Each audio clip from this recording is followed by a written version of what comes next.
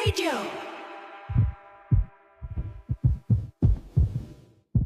Lahat tayo ay may itinuturing na totoong kaibigan. Sanggang dikit partners in crime o best friend, ika nga. Minsan dahil sa best friend natin ay nakagagawa tayo ng maling desisyon sa buhay. Para mapagtakpan lamang ang katotohanan at kalokohang ginagawa nila kahit alam mong mali na. At nagsisisi na lamang tayo sa huli kapag nalagay na sa alanganin ng bawat isa. Papadudod ako po si Easy, 26 years old at isa akong gay performer dito sa Puerto Galera.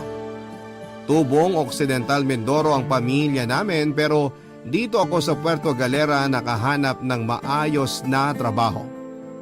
At dahil wala namang TV sa bar na pinagtatrabahuhan ko ay radyo, ang pinakikinggan namin, avid listener mo kaming lahat. At todo kami palagi nag-aasaran kami kung sino ang unang magsisend ng kwento sa'yo. Iniisip kasi namin na sa dami ng nagpapadala ng liham sa'yo ay tiyak na 50-50 ang chance na mapili ang liham namin. Pero sinubukan ko pa rin dahil alam ko na maraming mai-inspire sa kwento ko. Sabay kaming lumaki ni Jenny, mas matanda lamang ako ng 2 taon sa kanya. Bata pa lamang kami ay kitang-kita na ang angking ganda nito. Makinis siya pero may pagkabalahura din ng bunganga. Masaya siyang kasama kaya siguro ay komportable kami sa isa't isa. Kaya naman noong magdesisyon akong magtrabaho dito sa puerto ay sumama din siya sa akin. Magkasama po kami sa trabaho at iisa ang bahay na inuupahan namin. Dito kami mas lalong naging close ni Jenny.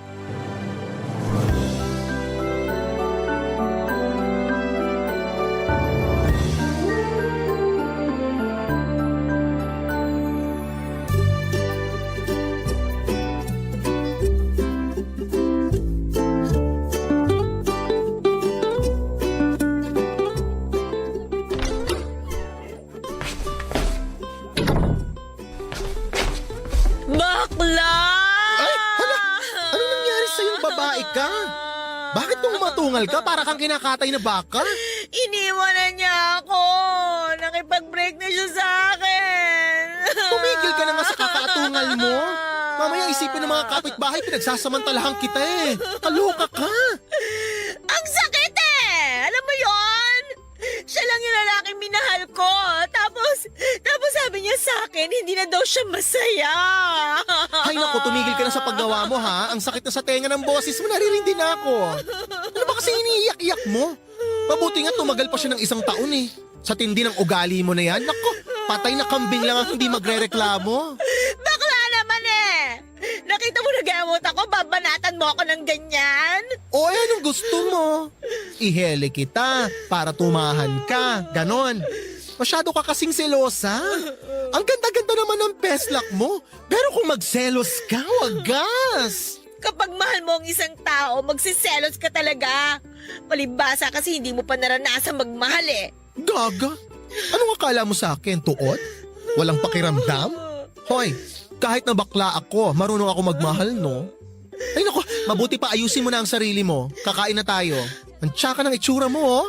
Wala akong ganang kumain. Ay naku, bahala ka. Basta ako kakain na. Ang sarap pa naman ng niluto ko. Bakla, anong gagawin ko? Wala kang dapat gawing babae, kundi kumain. Eh kung yan ini-emote mo, kinukuha mo na ng plato, di masasaluhan mo na ako. Makakakain na tayo. Dali na, may trabaho pa tayo mamaya. Arte mo. Hindi ako papasok mamaya. Hindi ko kaya magtrabaho. Ang sakit-sakit kasi! Babae, ano ka ba? Hindi mo dapat iniiyakan ng kagaya niya. Buti sana kung gwapo eh. Kaso mukha naman paa. Ang ganda-ganda mo tapos magkakaganyan ka sa mukhang paa. Sa mahal ko eh! Anong gagawin ko? Kamahal-mahal naman ako, di ba, bakla? Mabait naman ako, di ba? Ay, teka, ano mabait? Hindi ka mabait. Magtigil ka. Pero yung kamahal-mahal, pwede pa. Pero yung mabait, wag mo na ipilit. Tara na, kumain na tayo. Ayoko kumain, bakla. Promise, wala akong gana. Wala. Alam mo babae, gusto sana kitang damayan sa kaartehan mo na yan. Kaso ilang beses nang nangyari to eh. Kaya wa-effect na sa akin yan. Tumigil ka na. Kaya kung ayaw mong kumain at bet mong umatungal maghapon, sige, go be my guest. Basta ako, Lala Fez. Papadudot na awa ko sa kanya pero hindi ko pwedeng ipakita yon dahil lalo lamang niyang iindahin ang sakit. Ito lamang kasi ang lalaking minahal niya ng sobra. Sa dami ng naging boyfriend niya, noong ko lamang siya nakita na umiyak at nasaktan. Alam ko na ito lamang ang lalaking minahal niya at saksi ako doon, papadudot. Siya kasi ang tipo ng babae na kapag ayaw na sa isang lalaki basta na lamang niya itong binibreak. Karma. Yan ang tamang sabihin ko sana sa kanya pero pinili kong huwag sabihin dahil alam ko na mas makakadagdag pa yon sa sentimiento di asukal niya, papadudot. Sinubukan ko siyang pakalmahin. Lahat na yata ng magaganda at masasakit na salita ay sinabi ko na sa kanya. Dahil pinapabayaan na niya ang sarili niya. Kahit na anong sabihin ko sa kanya ay hindi siya nakikinig. Alam ko nalilipas din ang lahat ng sakit na nararamdaman niya. Kilala ko si Jenny. Sandali lamang itong mag-i-emote at makaka-move on din ito kaagad. Kaya kahit naaawa ko sa kanya, ipinabayaan ko na lamang siya sa gusto niya. Hinahayaan ko siyang manahimik at mag-iiyak. Madalas ko pa siyang pinapagalitan dahil nawawala na siya ng gana dahil sa lalaking hindi naman deserve ang mga luha niya.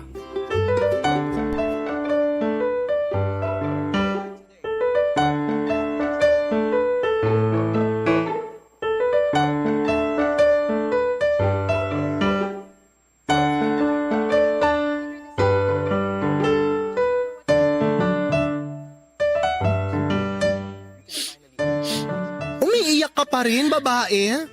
100 years na kayong hiwalay, ganyan ka pa rin? Move on din, babae, pag may time. Mabuti sana ko yung iniiyakan mo, artistahin eh. Ayusin mo nga yung sarili mo. Bilis, tara, mamasyal tayo. Ayoko, bakla. Tinatamad ako, ikaw na lang. Palagi na lang tayong ganyan? Teka, kailan ka ba huling nagsuklay, babae ka? Alam mo pa ba kung ano ang suklay? Ginagamit sa buhok yun. Tinan mo nga yung itsura mo. Ang gulo-gulo ng buhok mo, ang dugyot-dugyot mo. Hoy babae, baka may kuto ka na ha, mahawa mo ko, kokrompalin talaga kita. Pabayaan mo nga ako. Wala kang pakialam kahit hindi ako magsuklay o mamaho ako. Umalis ka na kung aalis ka. Gusto ko mapag-isa. Ay hindi, aalis tayo. Tingnan mo nga yung eye bags mo, mga maleta na oh. Alam mo, imbis na nag-e-emote ka dyan, ipakita mo sa lalaking yun na mukhang paa na hindi siya kawalan. Sinasabi ko sa'yo, maniwala ka sa akin, pagsisisihan ng boyfriend mong mukhang paa na iniwang ka niya. Ayoko nga. Hoy, pag ako nainis sa'yo, talagang kakalad ka rin kita, sinasabi ko sa'yo. Huhubarang kita at bubuhusan kita ng malamig na tubig, sige.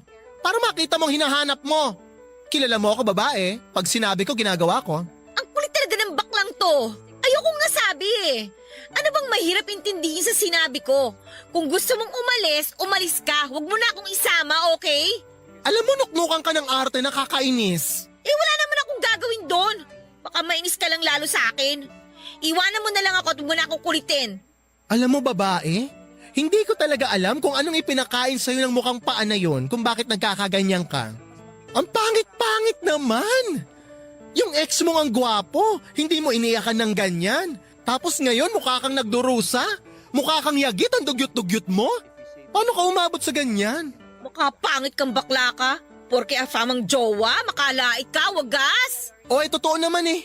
Wala ka kasing ka-taste-taste. Huwag mo kasing masyadong seryosohin yung kasabihang ang maganda para sa pangit. Hindi totoo yon. Kaya ka nagkakaganyan kasi tatanga-tanga ka. Alam mo, kung ako sa'yo, aalis na ako. Huwag mong sayangin ang oras mo sa pangwawalang niya sa akin. Wala ka mapapala. Concerned lang ako sa'yo, babae. Mahal kita, kaibigan kita eh. Hindi ko kayang makita na nagkakaganyan ka dahil lang sa isang lalaking mukhang paa. Masanay ako na binabalahura mo ko, nakikipaghuntahan ka sa akin, yung maingay ka, nakikipagsabayan ka, makulit, magulo, ganun. Hindi yung ganyan ang itsura mo. Yung mukha naglublob ka sa putik. Mabuti pa mag-inom na lang tayo. Ay, hindi ko bet magwalwal today, babae. Go na tayo sa mall. Gusto kong mag-mall. Doon na tayo. Malay mo, makakita tayo doon ng mas pangit kesa sa iniiyakan mo ngayon, o di ba bongga? Hindi ka naiiyak. Che? Bakla? Alam mo, naisip ko lang. Ano kaya kung ikaw na lang ang jowa ko? Ay, no. Ayoko pang mamatay, no? Hindi ko kaya magjowa ng lason. Ew! Ang choosy nito, kala mo? O sige na, ikaw na ang Diyosa, ikaw na ang makinis. Tumigil ka na. Don't say another word. Hindi ko kaya. Kadiri ka. No! Papa Dudut, nahirapan akong tulungan si Jenny para makapag-move on. Pero dahil na rin sa kakulitan ko ay napapayag ko siyang labas muli at lalo na kapag wala kaming trabaho. May nakilala siyang foreigner at naging boyfriend niya rin po ito. Naging masaya ako para sa kanya dahil alam ko na hudyat ngayon na nakalimutan na niya ang ex niya na umiwan sa kanya. Nakikita ko na ulit siya na tumatawa. Bumabalik na ang dating sigla na matagal ding panahon na nawala sa kanya. Mahal na mahal ko ang kaibigan ko at hindi ko siya pwedeng pabayaan. Kulang na lang ay iisa ang nagluwal sa amin. Iisa ang likaw ng bituka namin at hindi ko maatim na makita siyang nasasaktan. Pero gaya ng mga naunang naging boyfriend niya ay iniwan din siya ng foreigner. Muli ko naman siyang nakitang umiiyak at nasasaktan, Papa Dudut. Papa Dudut, idinaan na lang namin sa pagwawalwal ang pag-iwan sa kanya ng afam niyang boyfriend. Nalasing kami pareho at ang masakit nito ay may nangyari sa amin. Hindi ko alam kung paano ako kikilos. Basta ang alam ko lang ay nabigla din ako. Paano ay may mangyayari sa amin samantalang laso ng tingin ko sa mga babae? Kaya litong-lito ako sa mga oras na yon. Tomboy ba ako? Ilang ulit kong tinatanong ang sarili ko kung totoo ba ang mga nangyari. Kung nananaginip lamang ba ako. Malabo pa kasi sa sabaw ng pusit na may mangyari sa aming dalawa ng isang babae at sa kaibigan ko pa. Halos hindi ko na nga alam kung nakatulog ba ako at hindi ko rin alam kung anong magiging reaksyon namin pag naging maayos na ang katinoan naming dalawa, Papa Dudut. Barangay Love Stories. Barangay Love Stories. Ay nagkakailangan pa kaming dalawa. Hanggang sa inisip na lang namin na bangungot lang ang nangyari at hindi namin gusto. Ang mahalaga ay alam namin sa sarili namin na may nangyari. Isang buwan din na mahigit na medyo nagkakailangan kaming dalawa at kung kailan na nagiging maayos na ang lahat, ay saka naman biglang nagkaproblema. Nabuntis siya at sa akin niya pinapaako ang bata. Ako daw ang ama. Paano ko tatanggapin na sa akin ang bata kung alam ko na bago may mangyari sa amin ay may nakasiping din siya, ang boyfriend niya na foreigner. Bigla akong nakaramdam ng takot, Papa Dudut. Paano nga kung ako ang ama ng ipinagbubuntis niya? Paano ko pakikisamahan ng isang babae? Okay sana kung hindi ako ang ama ng bata kasi wala akong obligasyon sa bata. Tutulungan ko lamang siya dahil kaibigan ko siya, pero papaano kung ako ang ama? Paano ako kikilos? Hilong-hilo na ako sa kakaisip pero walang pumapasok sa isipan kong matinong sagot. Hihintayin ko ba muna siyang manganak para malaman ko kung sa akin talaga ang bata bago ko siya tulungan? O tutulungan ko na siya at aakuin ang bata? Kahit na hindi pa namin alam kung sino talaga ang ama, pag blue eyes ay hindi akin. Pag Pinoy akin. Parang ang hirap ng sitwasyon namin. Hindi ko alam kung saan ako kukuha ng lakas. Paano kung sa akin nga ang bata? Paano ang jowa ko? Mahal ko si Jenny bilang kaibigan pero hindi ko makita ang sarili ko na magiging asawa siya. Paano ko palalakihin ang anak ko kung akin nga? Paano ko ipapaliwanag sa kanya na bakla ang ama niya na nakadamit babae? Paano kung pagtawanan siya ng mga kalaro niya? Hindi ko alam kung paano maging isang ama at hindi ko alam kung paano magpaka lalaki at magpalaki ng isang anak. Sana'y hindi sa akin ang bata. Pero sigurado si Jenny sa sinasabi niya kaya lalo akong kinakabahan.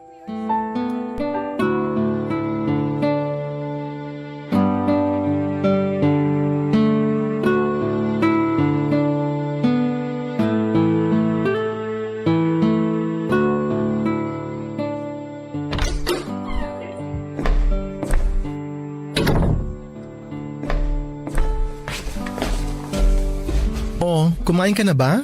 Oo, kanina pa. Anong inulam mo? Siya nga pala.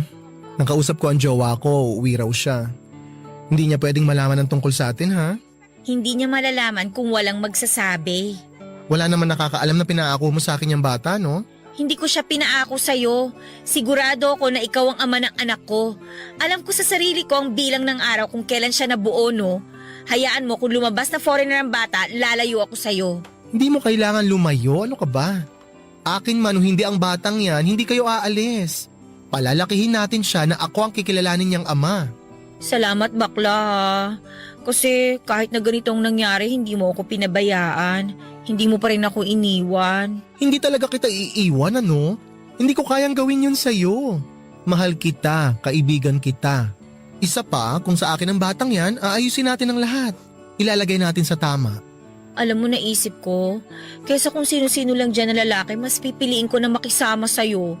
Kasi mabait ka eh. Kilala natin ng isa't isa. Oo nga, bakla ka. Pero hindi ka bakla lang eh. Bakla kang responsable at may puso. Ano ba yan, babae? Huwag ka na magdrama. Parang gusto ko na tuloy matouch. Hindi ako nagdadrama bakla. Totoo yung sinasabi ko. Darating ang araw, makakabawi din ako sa'yo.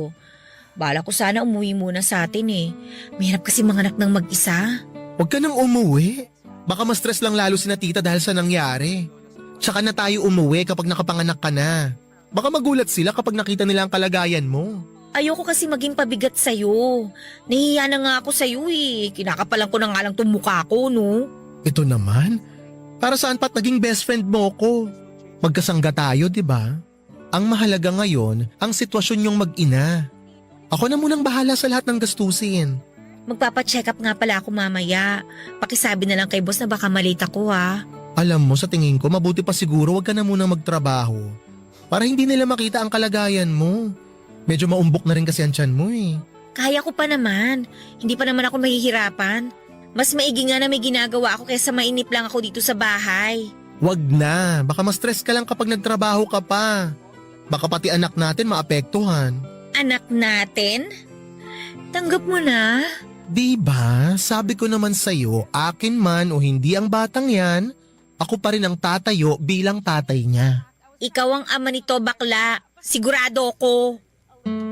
Papa Dudut, hindi ko alam kung hanggang saan ang kaya kong gawin para sa kaibigan ko. Hindi ko maipaliwanag ang nararamdaman ko sa bawat araw na kasama ko si Jenny. May kung anong damdamin ang nabubuhay sa puso ko na ni sa hinagap ay hindi ko akalain na mararamdaman ko. Unti-unti nang nahuhulog ang loob ko sa kanya pero hindi ko alam kung ililihim ko na lamang ba o sasabihin sa kanya ang katotohanan. Baka pagtawanan lamang niya ako at ayokong mangyari yon dahil masasaktan ako. Ilang buwan din na walang nakaalam ng sitwasyon namin ni Jenny. Inilihim namin sa katrabaho namin ang pagbubuntis niya. Pero hindi naman madaling itago ang pagbubuntis kaya napilitan na rin siya na mag-resign bago mas mahalata ang tiyan niya. Inako ko ang responsibilidad. Mahirap man pero dahil sa pagmamahal ko sa kanya, ay nagagawa kong kayanin ang lahat. Nalaman ng boyfriend ko ang tungkol sa amin ni Jenny dahil na rin sa mga taong masaya kapag nakakasira ng buhay. Hindi ko inamin sa kanya ang totoong nangyari. Sinabi ko lamang sa kanya na inaako ko lamang ang bata dahil iniwan ito ng boyfriend. Napaniwala ko naman siya kaya hindi niya pinutol ang suporta niya sa akin. Pero nagulo ang mundo ko dahil inamin din sa akin ni Jenny na natututunan na rin niya akong mahalin, Papa Dudut.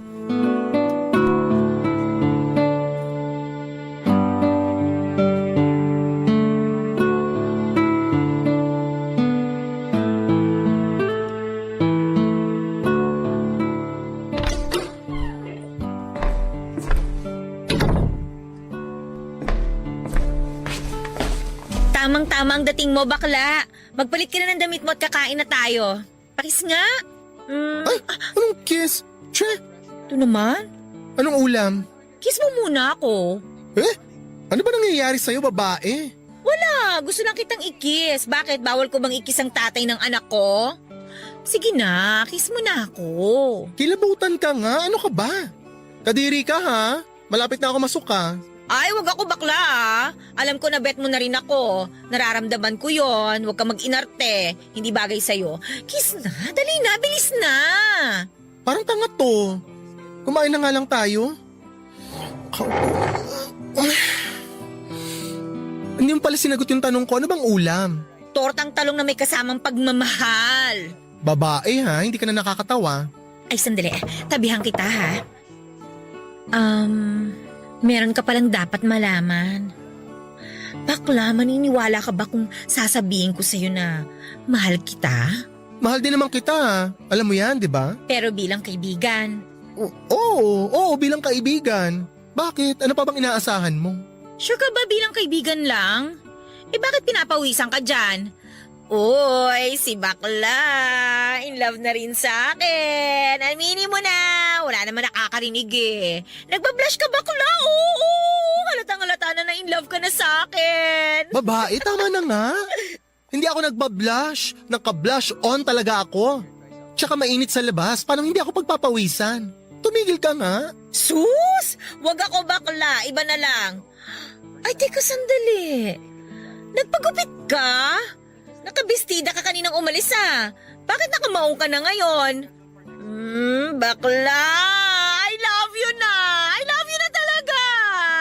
Hoy babae, wag kang assuming ha. Hindi ako nagpagupit para sa'yo. Isa pa, sinasanay ko lang talaga ang sarili ko na ganito para hindi magtaka si baby sa itsura ko. Ay!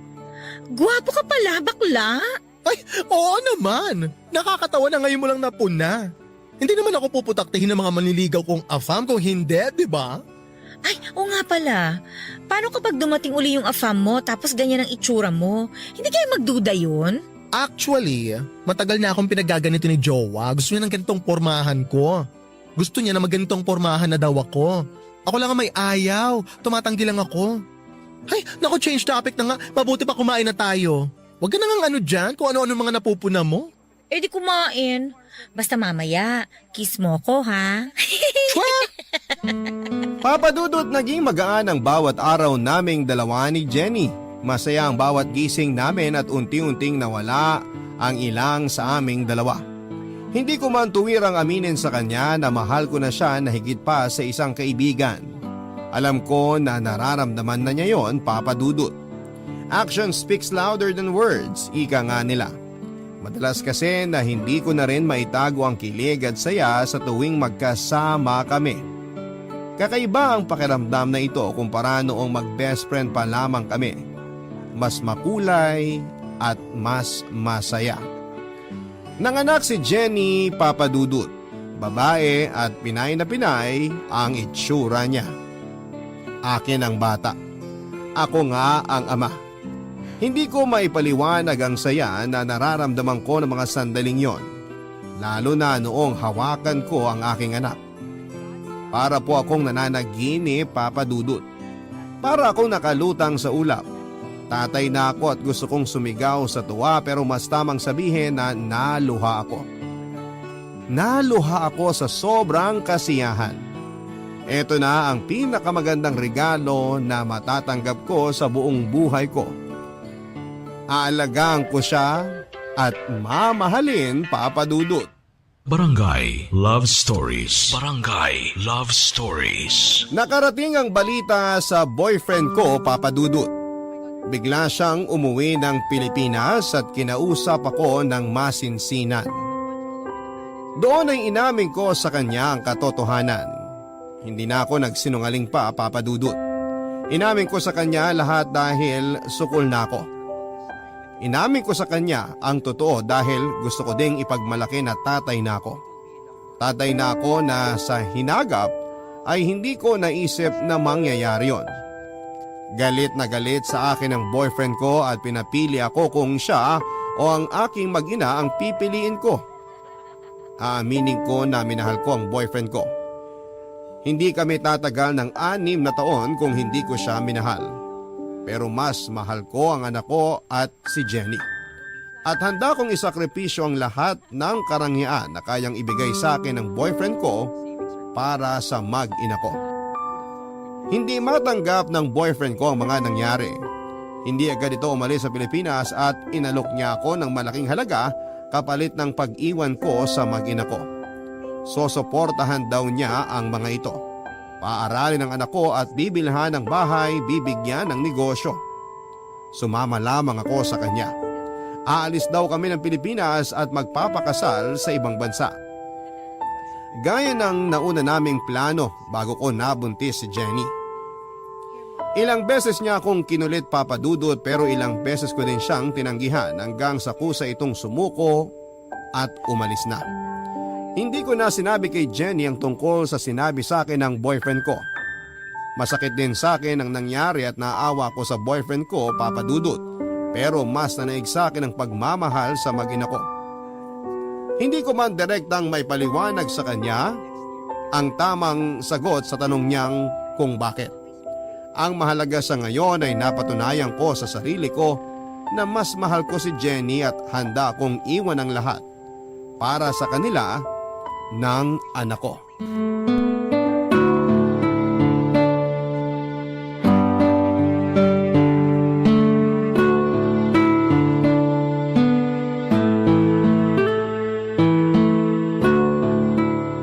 Bakla, anong oras na? Bakit ngayon ka lang dumating? Kanina pa kita hinihintay ah. Bakit mo ako hinihintay? May problema ba? Wala. Hindi lang ako sanay nang hindi ka kagad umuuwi pag wala kang trabaho. Masanay ka na babae. Masanay ka na rin na paminsan-minsan hindi ako uuwi. Alam mo na. Huwag mo sabihin na ng lalaki ka, bakla. Hindi magandang biro yan ha. Eh ano naman kung man lalaki ako? Single naman ako. Teka, nagsiselos ka ba? Oo, nagsiselos ako. Masaya ka na? Ay, bakit ka sumisigaw babae? Sinong kaaway mo? Ikaw! Nakakainis ka kasi bakla eh. Kanina pa ako naghihintay sa'yo kasi nagugutom na ako. Tapos, uwi ka na nga ng lasing, malalaman ko pa na ng lalaki ka. Nagugutom ka na pala eh. Bakit hinintay mo pa ako? Bakit hindi ka pa kumain? Hindi naman ako may bitbit ng kaldero ha. Huwag kang pilosopo ha. Hindi pa ba malinaw sa'yo na hindi ko gusto na makita kang may kasamang ibang lalaki? Inamin ko naman sa'yo na mahal kita, di ba? Bakit mo ba ako pinahihirapan? Ako? Pinahihirapan ka?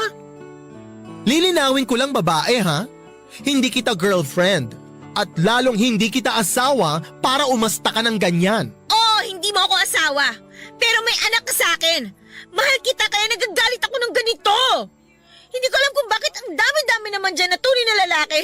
Sa'yo pa na baklang-bakla ako na in love. Selfish na, wala pang pakiramdam. Napakamanhid mo. Ako? Selfish? Kung selfish ako, sana iniwan na lang kita.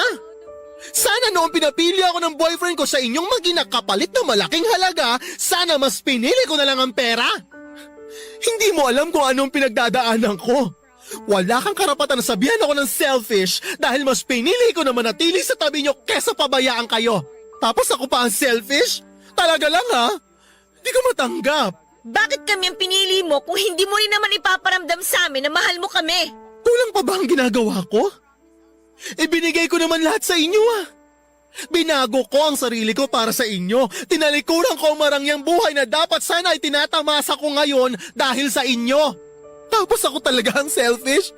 Parang hindi ako makaka-move on dyan. Oo, selfish ka! Dahil sarili mo lang ang iniisip mo. Ipinakita ko at pinaramdam ko sa'yo na mahal kita. Pero ikaw, ano? Anong ginagawa mo? Sa halip na aminin mo sa akin ng totoo, pilit mong tinatago kasi duwag ka! Duwag ka! Oo! Duwag ako! Masisisi mo ba ako? Binigla mo ako eh. Pero dapat nga magpasalamat ka pa rin sa akin eh. Dahil kahit duwag ako at kahit selfish ako tulad ng sinasabi mo, hindi ko kayo pinabayaan. Sapat na ba yung hindi mo lang kami pinabayaan? Bakla! Kailangan ko rin ng assurance na kami lang ng anak mo sa buhay mo. Gusto kong marinig sa'yo na mahal mo ko. Kasi ako, mahal na mahal kita. May gatas pa ba si baby? Baka wala na, bibili muna ako sa labas. Huwag mong ibahin ang usapan! Mahal mo ba ako o hindi? Kasi kung hindi mo ako mahal, mabuti pa na umalis na kami dito ng anak mo. Ano bang nangyayari sa'yo, babae? Hindi ka naman dati ganyan Alam mo, mabuti pa kumain na lang tayo. Baka nalipasan ka lang ng gutom. Bakla naman eh! Mahal kita! Mahal na mahal kita! Bakit ba ayaw mong maniwala? Alam mo, nagbumukha na akong tanga ha? Pero kilala mo naman ako, di ba? Pag sinabi kong mahal ko talaga! Tsaka na natin pag-usapan ng tungkol sa bagay na yan, pwede? Alam mo, magpapahinga na nga lang muna ako. Ayoko nang kumain. Nawalan na ako ng gana. Papa Dudut, hindi ko alam kung bakit hindi ko nagawang aminin kay Jenny ang totoong nararamdaman ko. Pero noong aminin niya sa akin na mahal niya ako ay sobrang saya ko. Masaya ako pero itinago ko yon. Bago sa akin ang pakiramdam na yon dahil sanay ako na lalaki lamang ang nagpapatibok ng puso ko. Mula pagkabata ay hindi ko man lang naranasan ang magkagusto o magka-crush sa isang babae. Kahit kay Jenny na halos nakabuyangyang ang katawan sa harapan ko ay hindi man lang ako natukso o nakaramdam ng init ng katawan. Litong-lito ako, Papa Dudut, siguro kung hindi ko kilala si Jenny baka isipin ko na hindi totoo ang sinasabi niya na mahal niya ako. Pero best friend ko siya kaya alam na alam ko kapag mahal niya ang isang tao. Hindi ito natatakot sabihin sa taong mahal niya ang nararamdaman niya. Kaya siguro ganoon na lamang ang inis niya sa akin. Lalo na at tinatanggihan ko siya. Mahal ko si Jenny pero hindi ko alam kung paano ipapaunawa sa kanya na hindi pa ako handa na makipagrelasyon sa kanya.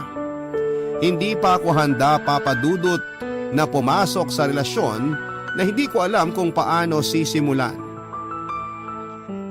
Sapat na muna yung alam ko na mahal niya ako at mahal ko siya.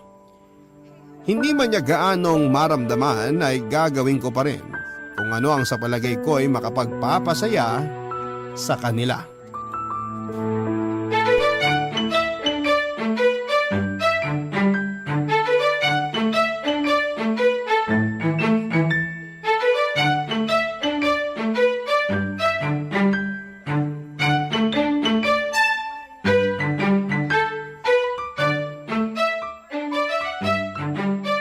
Tulog ng baby kong maganda.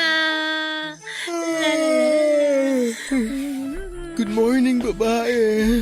Good morning, bakla. Wala bang kiss? Ano ba? Hindi pa ako nagtutoothbrush? Hello, baby kong mahal. Good morning. Mamaya na ikikis ni daddy yan, ha? Magtutoothbrush lang ako. Si mami din, baby. Ikikiss ni daddy pagka-toothbrush. Di ba, baby?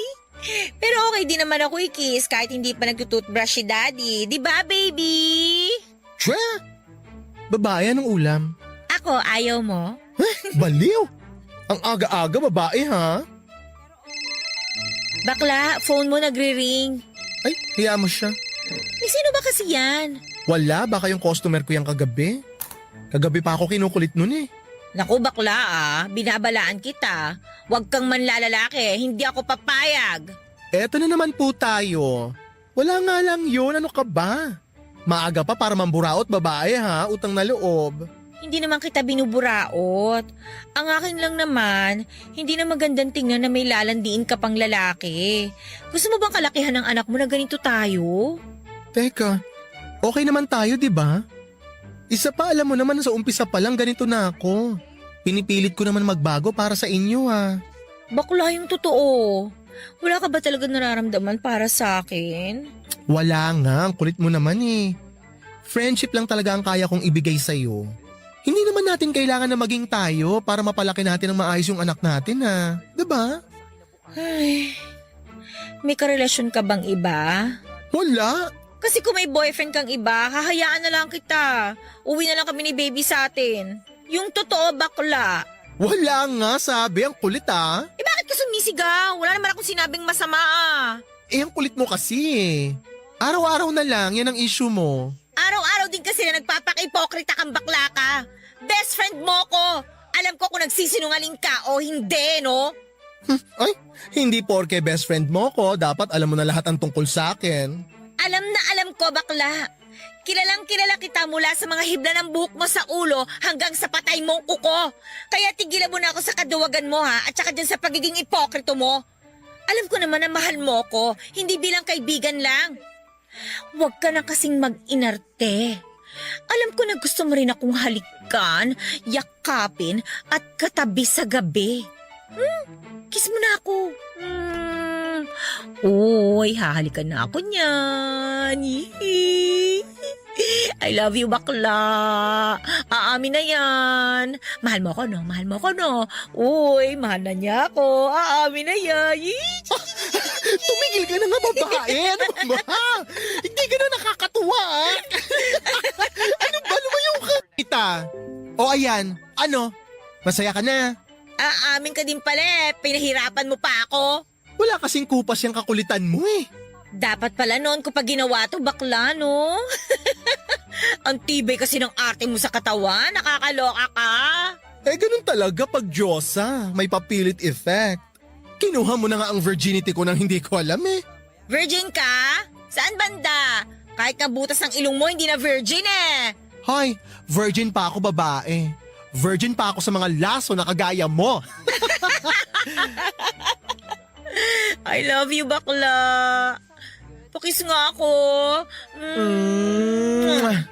I love you too, babae. Papadudot, masayang masaya ako ng mga sandaling yon. Salamat kay Jenny dahil hindi niya ako tinigilan. Malaya na ako.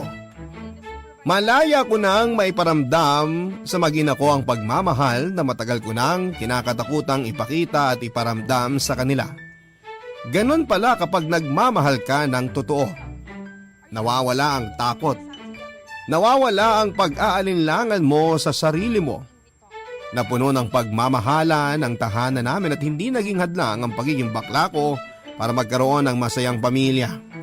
Marami pa rin sa paligid namin ang nagtataas po ng kilay.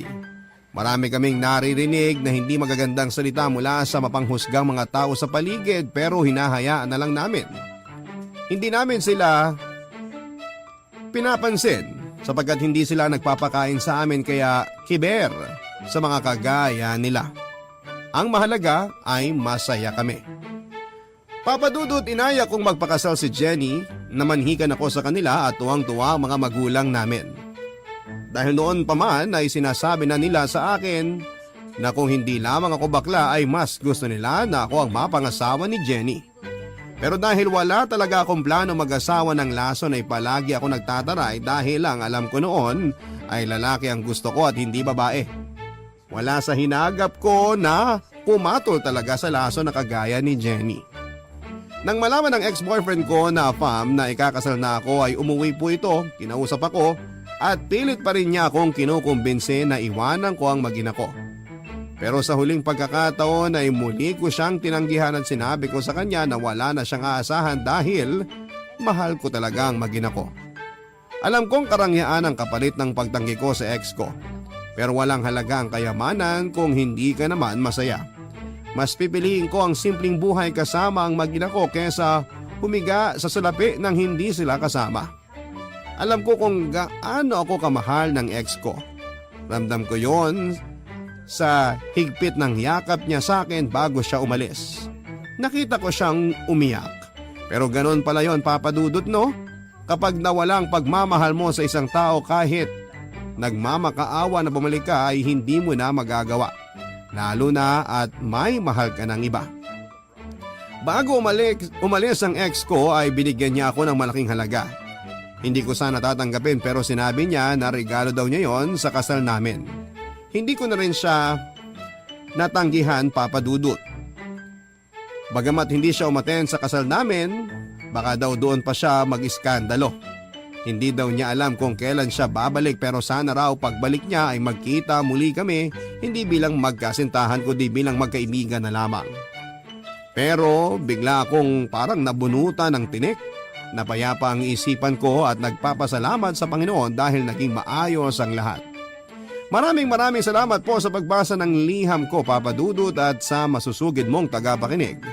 Sana'y kapulutan nila ng aral ang kwento ko at huwag tayong matakot na iparamdam sa minamahal natin ang nararamdaman natin. Maging ito man ay katawa-tawa sa paningin ng iba. Huwag tayong matakot sa sasabihin nila dahil ang pagmamahal ay hindi tumitingin sa kasarian o sa itsura. Bagkos ay sa nararamdaman sa kabila ng panghuhusga. Ang inyong kapuso at kabarangay, Easy. Isang magandang araw po sa inyo at sa mga loyal kabarangay na nakikinig ngayon. Alam kong marami ang makakarelate sa kwento kong ito dahil maraming tao ang kagaya ko na hindi mahilig makisalamuha sa ibang tao at may sariling mundo kumbaga.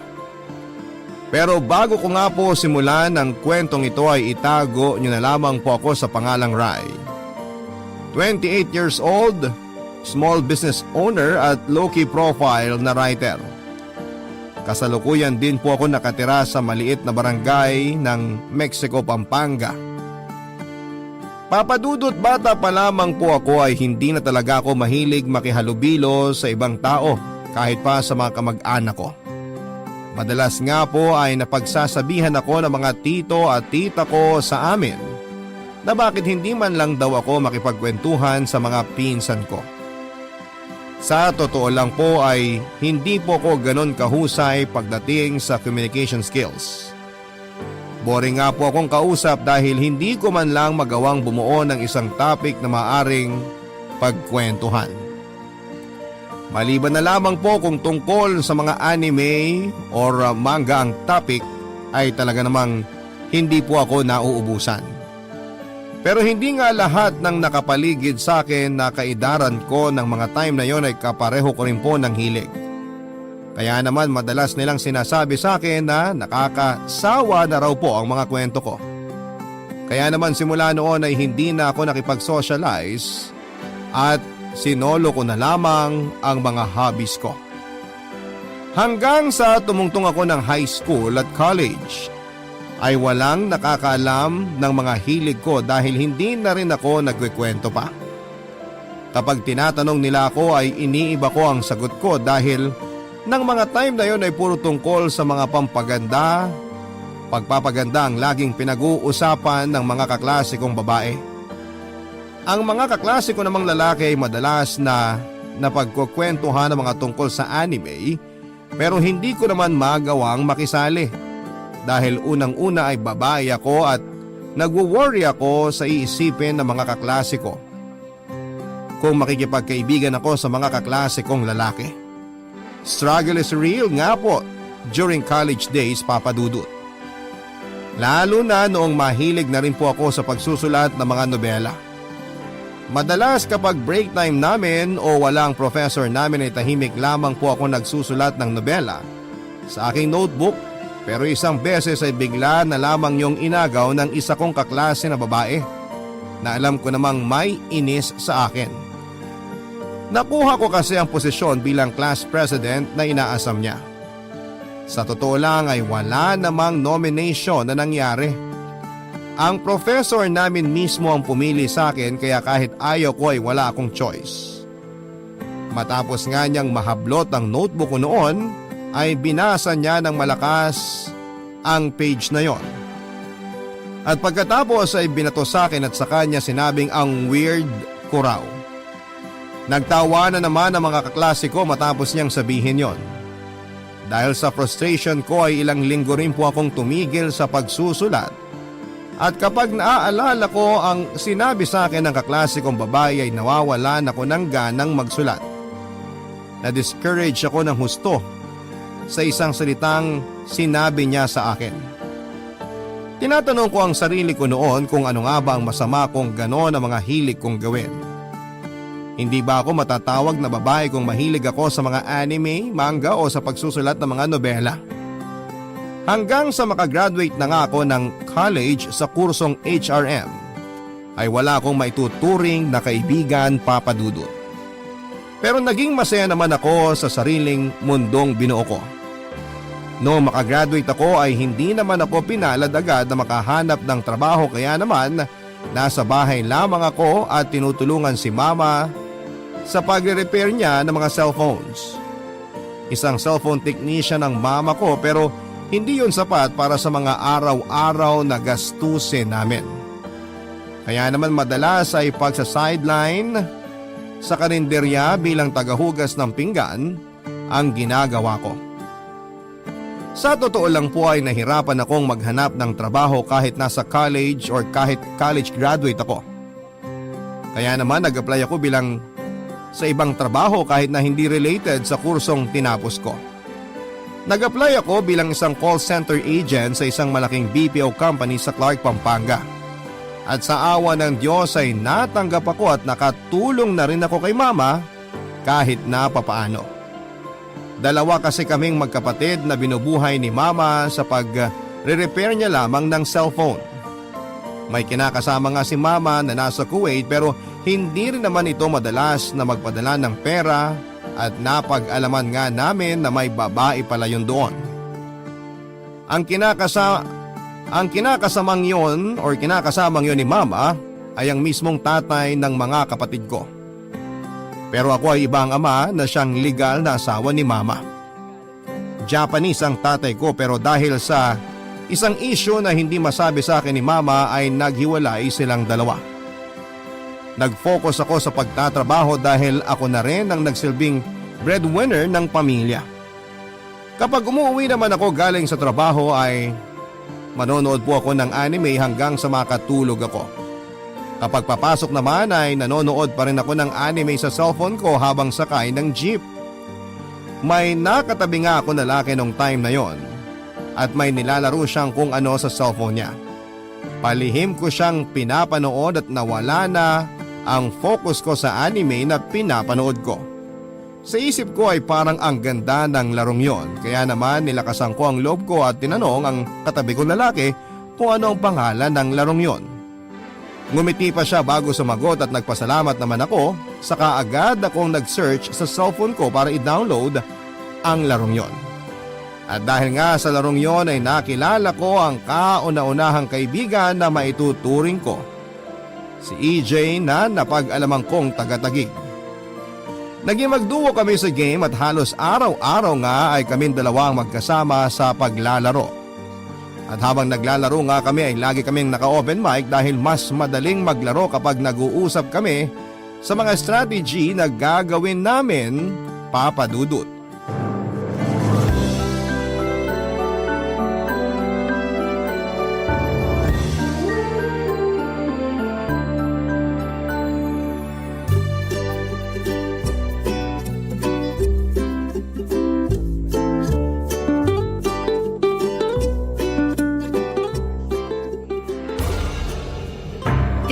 Lang ako inaantok na ako eh.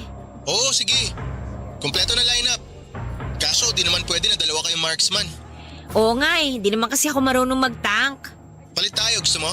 Ikaw mag-mage, ako magtatank. Sure ka? Oo, nagtatank naman talaga ako eh. Kesa naman gumamit ka ng hero na hindi mo gamay. Nagme-mage ka naman siguro, no? Oo, marunong naman ako mag-mage. Sige, palit na lang tayo. Thank you. Galingan mo ha. Oo, gagalingan ko. Ingat ka sa mid. Ikaw agad ang gank ng assassin dyan. Samahan ko lang tong marksman natin para tumaba agad. Sige, kaya ko na to. Ay sus! Oh, bakit? Bagal ng MM natin. Patay na dapat yung kalaban eh. Di kasi sumunod agad. Chill ka lang, early game pa lang naman eh. Sayang kasi, pera rin yun. Mag-signal ka kasi sa kanya. Nag-signal ako ng attack kaso inuna pa yung jungle creeps. Ikaw na lang talaga dapat nag-marksman eh. Yan mo na, nanguna siya eh. Ay, dami talagang banu rito sa gold rank, kaumay. Hayaan mo na nga, baka di pa sila nakatungtong ng conqueror kagaya mo. Kaya nga gusto ko na umangat agad. Minsan isama natin si Marco. Magaling mag-assassin yun. Bubuhatin tayo nun. Lagi nga kami nakikipagpustahan nun sa laro, lagi kami nananalo. Talaga? Ba't di mo niyaya para easy rank up? Busy kasi sa school ngayon. Graduating na kasi. Pero try kong kausapin. Pag weekend, pwede naman yun. Sige, sige. Gang ka na nga rito sa Babaray. Layo ng assassin natin eh. Lugi kami ng dito. On the way na ako. Wait yung set ko. Pagka-set ko, ulti ka agad ah. Sige. Okay, ulti. You Nice! have slain an enemy. Wala kasing rotation tong Double assassin kill. natin eh. Laging nasa top eh, kayang-kaya naman ng fighter natin dun. Kaya nga eh. Push na kayo dyan. Balik na ako sa mid. Baka mabasag tore ko. Sige, sige. Kung si Marco lang assassin natin, kanina pa tapos to. Up na Abyssal Dragon. Teka sandali. Kailangan muna na makapitas tong dalawang assassin natin bago tayo mag-abisal. Back up! Uy, nandito lahat sa mid. Papunta na kami sa mid. Set ako. O ito, huli na lahat. You Ah, have nice! slain an enemy. Abisal Double na habang patay ang assassin at Triple nila. kill. Kopya! Papadudo 3 beses pa nga kaming naglaro ni EJ at sa 3 laro na yon ay panalo kami. Matapos naming maglaro ay nagpaalam na ako sa kanya na matutulog na ako. Galing kasi ako ng trabaho ng mga oras na yon at sakto namang nagaya siyang maglaro kaya pinagbigyan ko siya. Nakagawian na nga namin maglaro ng 3 game pagkagaling ko sa trabaho pero hindi naman sa lahat ng oras ay nananalo kami. Sa sobrang inis nga niya ay sinabi niyang magpahinga muna kami. May pagka-sensitive kasi si EJ at sobrang seryoso sa buhay kaya ayaw na ayaw niyang natatalo kami sa rank game. Sinabi ko naman sa kanya na panapanahon lamang yon at kulang lang kami sa teamwork pero dahil competitive siya ay dinibdib niya kapag natatalo kami. Ako naman ay seryoso rin naman na magpataas ng rank. Pero hindi naman sa lahat ng oras ay pabor sa amin ang tagumpay. Kaya naman saktong weekend noon ay ipinakilala niya sa akin si Marco na nakatira din sa Taguig malapit kay EJ. Isang pro player pero may pagkamayabang at dakilang trash talker. Sa totoo lang ay nakaka-intimidate si Marco dahil hindi ko pa siya gaanong kilala at hindi rin po ito pala usap maliban na lamang kapag naglalaro. Pero mas madalas pa nga ay pagta-trash talk lang talaga nito ang naririnig ko. Hindi naman ako ang tina-trash talk niya pero nakakakabalang kasi kahit hindi ako ang sinasabihan niya ay pakiramdam ko ay ako pa rin ay tinatamaan dahil aminado naman kasi ako na madalas ay pabigat ako sa laro. Minsan tuloy kapag niyayaya ko ni EJ na sumama sa kanila ay nag-aalangan ako dahil natatakot talaga ako kay Marco. Lalo na at may pagka-sensitive din ako kapag nakakarinig ako ng hindi maganda. Pero dahil nga sa seryoso akong magpa-rank up ay wala na akong nagawa kundi ang sumabit sa mga laro nila kasama si Marco.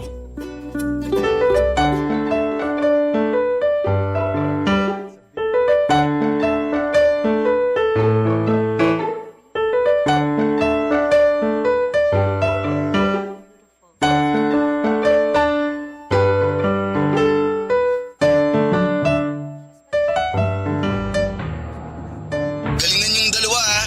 Huwag masyado pabigat. Lo, si Marco oh. Sabayan niyo akong dalawa. Fast end natin to.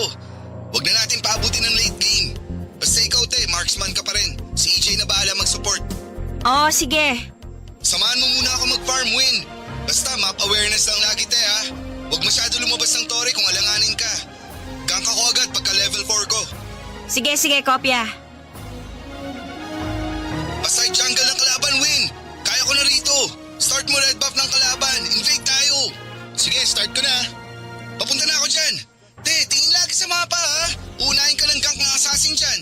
Magagap naman assassin nila eh, kaya mauuna ka pa mag-gank sa baba. Ipipilit nila yan. Walang kasama si ate sa babae. Doon siya magpapapera. Sa bagay. Okay na? Level 4 ka na? Oo, tara. Clear mid muna tapos gank na sa baba. Sige. Uy, back up! 3 rito! Diba? Basic. Igagank nga nila baba. Bababa na kami te. Sige, pakibilisan lang. Tore ka lang te. Hayaan mo magpapain si EJ. Sumunod ka sa command ko ha. Kopya! O ito, harangan ko. Go, go, go! Attack! Distansya lang te ha. Micro lang. You have Nice! slain Patay na an MM! double Huwag ka kill. masyado lumapit te. Double Free hit ka lang. Oh, sige. Ito pa oh. Sige, patay yan. Ay! You have been Ano slain. ba yan? Namatay ako! Sus! Sorry. Sige, patay naman yung tatlo. Likod ka lang lagi, Rai. Tapos free hit ka. Oh, sorry ulit. Up na Abyssal Dragon, Win. Harangan mo ah. Sige. Sige, abisa lang kayo dyan. Push lang ako dito sa baba. Oo, te. Importante pa rin objective. Hala, Marco, binubugbog mid natin. Puntahan mo muna. Kuha lang ako ng blue buff. Te, mapa! Tulong ka muna sa mid. Basag naman na torre ng kalaban dyan sa baba. Huwag ka mag-overextend sa lane dyan. Oh, pupunta na. Okay, marangan mo, Win. Okay, sige. Distansya ha. Free hit ka lang. Ako na bahala sa MM at Mage. Kopya. Naku, naka-autolock ka ba, te? Huwag kang mag-focus sa tank. Free hit mo damage dealer nila. Basta sa likod ka lang ni EJ. Bawas-bawasan mo lang ng buhay para madali ko mapitas. Oh, sige. Oh, huli apat. Tira na, aba. Go na, te! You have slain an enemy. Double kill. Triple kill. Mega kill. Oh, nice! Wiped out! Naka-quad kill pa nga si Marco. Oh. Ano, ayos ba set ko? Hindi, may nakatakas na isa eh. Kung na-hold mo sana yung 5, matutuwa ako. Wala man lang pasalamat dyan. Sus, push na! Isa na lang naman natira. Di na makakapag-def yan. Activate ko na Abyssal Dragon. Isa na lang tore dapat nating basagin. Focus sa base ha. Target lock mo sa base. Hayaan mo kami mag-clash. Basta gawin mo trabaho mong mabasag base ng kalaban. Kopya. Pangatlong panalo na natin to. Bukas naman ulit. Grind tayo. Sige, salamat. Ang hirap talaga pag kaming dalawa lang ni EJ. Pero ang dami mong palpak kanina te ah. Pag marksman ka, distansya ka lang lagi kapag clash. Huwag kang magpo-front, di ka tank. Kung outnumbered ka sa lane mo, huwag kang lalabas. Story ka lang. Lagi ka tumingin sa mapa. Kasi madalas missing in action ka pag nag-clash na kami. Kung malayo ka naman sa amin, understood ko na yun. Pero kung mid lane or sa side mo ang clash, kailangan namin ng damage mo. Oo, sorry. Ayusin ko na lang next time. Sige, bukas grind tayo. Trio tayo nila EJ. Para naman malaman mo mga galawan. Gold pa lang to, hirap ka na. Paano pa kung nasa high rank ka na? Bubugbugin ka lang ng kalaban. Oo, sorry ulit. Buti ka pa, magaling maglaro. Sus! Di pa man nauso mga mobile games. Player na ako ng mga computer games. Kaya basic na lang to. Papadudot matapos nga namin maglaro ay nagpaalam na si Marco sa amin na marami pa siyang gagawin pero kinabukasan naman daw ay sasamahan niya ulit kami. Nagpasalamat pa ako sa kanya dahil sinamahan niya kami ni EJ pero hindi ko maiwasan na masaktan ng slight lang naman sa mga sinabi niya sa akin. May pagka-sensitive din kasi ako papadudot at ayaw na ayaw ko nang nakakarinig ng hindi maganda sa pandinig ko dahil pinanghihinaan ako ng loob. Pakiramdam ko ay hindi para sa akin ang laro na yon kahit na sobrang gustong gusto ko ang laro na yon. Pero inalis ko sa isipan ko ang mga negative thoughts na yon at inisip ko na lamang na para din naman sa improvement ko ang mga sinasabi ni Marco at hindi dahil gusto niya akong ibuli o ipahiya. Kinabukasan nga ay sinamahan ulit kami ni Mark kung maglaro at marami pa siyang itinuro sa akin. Halos araw-araw na nga ay naglalaro kami pero hanggang 3 to 4 games lang dahil busy nga naman siya sa school nila at ako naman ay sa trabaho. Maglalaro lamang kami kung kailan kami pare-parehong available. Nang panahong ding yon ay ipinakilala nila sa akin ang isa pa nilang tropa na si Anthony aka Bagito na taga Davao naman at total opposite ni EJ dahil palabiro ito. At dahil nga sa madalas kong pagsama-sama kina Marco ay confident na ako na kahit maliit lamang ay nagkakaroon na ako ng improvement sa paglalaro ko. Hindi man accurate pero nakakasabay na ako sa kanila kahit papaano. Naikwento pa nga sa akin ni Marco na nagpupuyat daw sila lagi ni EJ noon para lamang makaakyat ng Conqueror rank pero dahil sa graduating na siya at natapos na rin daw ang game season ay kinailangan niya munang maglaylo at mag-focus sa pag-aaral. Kaya hindi siya gaanong makapagbabad sa paglalaro. Sinabi ko naman sa kanya na hindi rin naman ako makapagbabad sa paglalaro na sa nature ng trabaho ko na sobrang busy rin. Night shift ako at anong oras na rin ako nakakapag-out sa trabaho ko dahil lagi na lamang kaming may overtime. Kaya naman pag out ko ay gusto ko na lang gawin ay ang matulog na lamang, Papa Dudut, pero pinipilit kong makipaglaro sa kanila ng panahon na yon. Barangay Love Stories. Barangay Love Stories. Papa Dudut, sabi nga ng iba na ang dali lang naman daw ng trabaho namin. Paupo-upo lang daw at nag-take ng calls pero hindi nila alam na nakaka-burnout ang makipag-usap sa iba't ibang customers na walang ginawa kundi ang murahin kami at minsan ay hinaharas kami pero wala kaming rights na sumagot at ipagtanggol ang sarili namin kahit nababastos na kami. Kailangan ko pang uminom ng napakaraming kape para lamang hindi ako makatulog sa oras ng trabaho sa sobrang pagkaantok. Hindi lang pisikal na aspeto ang nakasalalay sa trabaho namin yon, kundi pati na rin ang emosyonal na aspeto. Natuto nga akong manigarilyo dahil sa sobrang stress sa trabaho. Kaya naman kapag break time ay nagyoyosi ako sa labas, saka ako maglalaro ng isang game. Hindi pa ako in good terms sa mga katrabaho ko dahil parang ang hirap ko raw i-approach at lagi na lang daw akong naka-isolate sa kanila. Hindi ko lang talaga kayang pilitin ang sarili ko na makipag-socialize sa iba. Kaya nga kapag may team building ay hindi rin po ako sumasama dahil mas gusto ko lang na manood ng anime sa bahay o kaya ay maglaro ng online games kasama ang mga itinuturing kong kaibigan na sina EJ at Marco. Umabot nga ng 2 taon ang pagkakaibigan naming tatlo at nakilala ko na rin ang husto ang ugali nilang dalawa. Si EJ ay laging seryoso sa buhay at hindi mabiro. Napaka-sensitive din. Siya rin ang pinakamatanda sa amin samantalang si Marco naman ang pinakabata. Bagamat nakilala ko siyang mayabang at trash talker ay may tinatago naman po itong bait.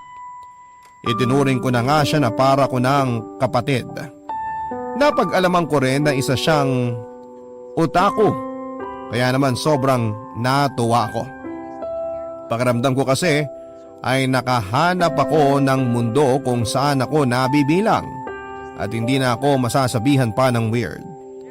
Madalas nga kapag naglalaro kami ay nagpapatugtog kami ng mga kanta mula sa mga paborito naming anime at sasabayan pa naming kumanta. Masasabi kong magkasundo talaga kami sa maraming bagay habang si EJ naman ay madalas namang mag-request ng kanta sa akin kapag magkausap kami. Hindi naman kasi sa pagmamayabang, Papa Dudut, ay mahilig po akong kumanta at marami nagsasabi na maganda ang boses ko. Sa katunayan nga ay hilig ko rin ang kumanta sa mga videoke. Ang dami nagsasabi na sumali ako sa singing contest pero nahihiya ako. Naging masaya ang bawat araw ko dahil sa mga kaibigan na nakilala ko sa gaming world. Pero kinailangan kong pansamantalang tumigil sa paglalaro dahil sa pumangit ang signal ng server dahil nakipag-merge ito sa Indonesia server. Naging sobrang lagi na ang game dahil sa pangit na network connection. Kaya naman tinamad na rin po ako sa paglalaro.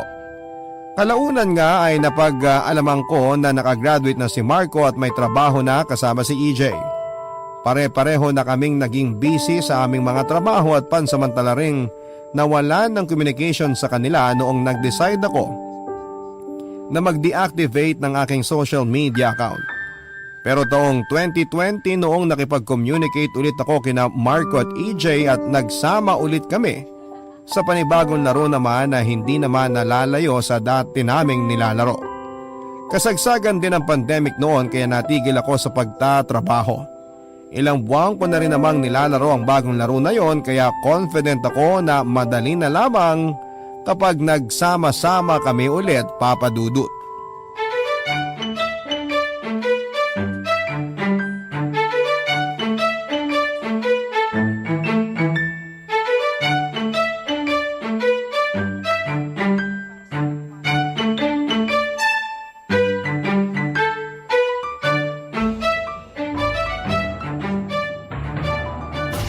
Kumusta na, te? Nabuhay ka?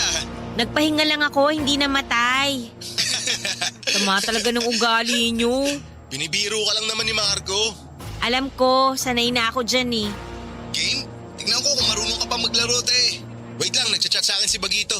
Sali daw siya. 5-man tayo, kaso kulang ng isa. Pag-invite ka na lang sa world chat. Puro naman banu nagchat-chat dun.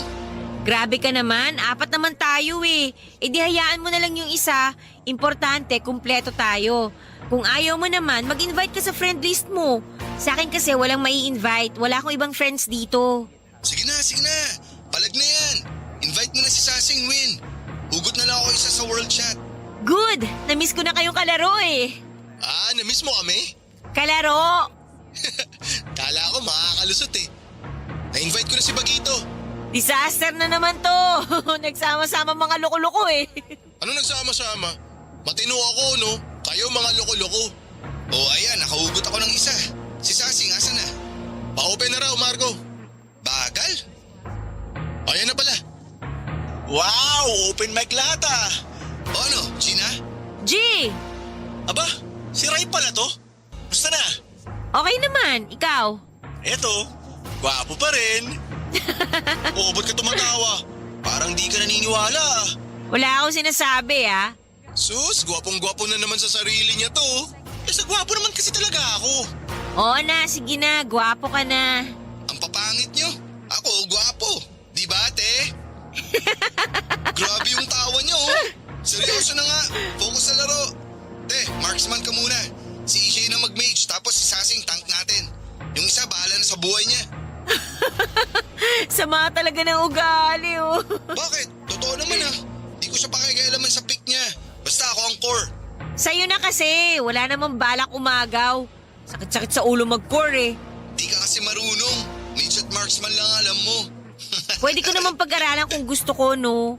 Handa ka bang sumalo ng trash talk pag di mo na-retrieve yung turtle o pag di mo nakuha? Kailangan mabilis ka mag-rotate, di lang puro farm. Di rin pwedeng naka-autolock ka. Dapat priority mo, i-kill ang damage dealer ng kalaban. Ay, pag-isipan ko muna. Pero hindi ako autolock ha, naka-smart lock tong sa akin. O paano? Ayusin nyo ha. May mapa. Uso tumingin dyan kung sino alanganin o kung nasan kalaban. Kopya! Ako bahala sa'yo, Ray. Poprotektahan kita lagi. Sus, samahan mo muna ako mag-farm Bagito bago ka lumandi dyan. Ikaw naman, te, ingat sa gold lane ha. Tower hug ka lang muna. Dalawin ka namin agad mamaya dyan. Sige, kopya.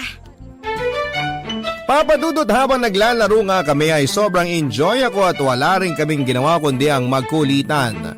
May mga time na pumapalpak ako sa mga laro namin kaya naman matik na pagagalitan po ako ni Marco. Pero dahil sanay na ako sa ugali niyang yon ay tinatawanan ko na lamang siya. Kahit sina EJ at Bagito ay nakakatikim din sa kanya ng malupit na trash talk pero tumatawa lang din sila. Trash talker si Marco pero sa amin lang na mga kakilala niya. Kumbaga parang yon ang paraan niya ng paglalambing niya sa aming mga kaibigan niya. Kapag naman hindi niya kilala ay tahimik lamang siya. Pero kapag talaga namang intolerable na ang kapalpakan nito ay magsasalita talaga siya. Nakailang game pa nga kami papadudot bago kami nagpasya na magpahinga na muna. Total ay naka 8 wins trick na kami papadudot. Hindi na rin naman ako kumontra dahil inaantok na rin po ako at ilang araw na rin akong puyat kakabasa ng manga at kakanood ng anime. 2019 kasi nung tumigil ako sa pagtatrabaho dahil sa pandemic outbreak at sumakto pa dahil hindi ko na talaga kaya ang sobrang layo ng biyahe. Halos 2 hours ang biyahe ko papunta sa trabaho at 2 hours din pa uwi. Malas ko na lang kapag traffic dahil talagang aabutin po ako ng 3 oras. Lagi pa akong may overtime kaya naman tanghali na akong makauwi sa amin at 3 to 4 hours na lang ang tulog ko. Ayaw naman kasi akong payagan ni mama na mag-boarding house muna kaya napilitan ako mag-resign bukod sa pandemic nga. Pero may side job naman ako bilang isang English tutor. Meron akong 2 tinuturuan na parehong 3 hours ang session sa akin. Weekly naman ang sahod ko pero dahil nga side job lamang yon ay napakaliit lang talaga ng kita. Hindi kagaya noong call center agent pa ako. Papadudot ilang buwan pa nga ay naging ganon ang routine naming magkakaibigan. Naglalaro kami sa gabi hanggang madaling araw lalo pa at pang-umaga ang mga trabaho nila. At masasabi kong masaya na ako sa simpleng bonding namin na bagamat hindi ko sila kilala ng personal ay itinuring ko na silang kaibigan at pamilya. Isang beses nga ay tinanong ko sila kung paano pa silang nakapagtatrabaho kung puyat naman sila lagi. Sanagot lamang nila yon ni Marco na wala naman daw problema yon dahil kaya nilang magtrabaho kahit puyat basta gaming is life. At dahil nga sobrang komportable na ako sa kanila ay madalas sa kanila ko pa nasasabi ang mga problema ko sa buhay. Lalo pa at hindi ko rin naman magawang mag-open up sa mama ko dahil marami na siyang pinoproblema at ayaw ko nang dagdagan pa. Ang kapatid ko namang babae ay seryoso sa pag-aaral niya kaya hindi ko na rin siya ginugulo pa. Perfect combination na nga ang mga kaibigan ko para sa akin, Papa Dudut, dahil si Marco ay prangka at hindi ugaling mag-sugarcoat na mga sasabihin. Real talk kung real talk kumbaga. Si EJ naman ay seryoso ang perspective sa buhay kaya mas matured ang approach niya sa mga bagay-bagay. At si Bagito naman ay sobrang mapagbiro kaya kapag alam niyang malungkot ako ay magpapatawa siya nang magpapatawa kahit alam niyang ang corny naman ng mga jokes niya.